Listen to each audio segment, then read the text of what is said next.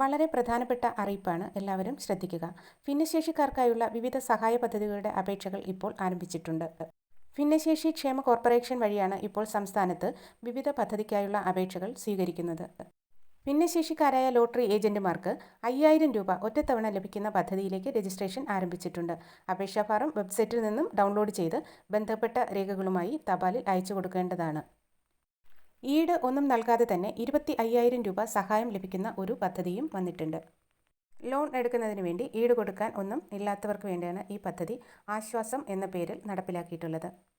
സ്വയം തൊഴിൽ കണ്ടെത്തുന്നതിനും ഉള്ള സ്വയം തൊഴിൽ വിപുലീകരിക്കുന്നതിനും വേണ്ടിയാണ് ഈ 25,000 രൂപ ആശ്വാസം എന്ന പേരിൽ നൽകുന്നത്. ഇത് ഏത് മേഖലയിൽ സ്വയം തൊഴിൽ ചെയ്യുന്നവരായാലും അവർക്കൊക്കെ ഇത് നൽകുന്നതായിരിക്കും. ഇതിനുള്ള അപേക്ഷകൾ ഭിന്നശേഷി കോർപ്പറേഷൻ്റെ വെബ്സൈറ്റിൽ നിന്നും ഡൗൺലോഡ് ചെയ്ത് കൃത്യമായും പൂരിപ്പിച്ച് തപാലിൽ അയച്ചു കൊടുക്കണം.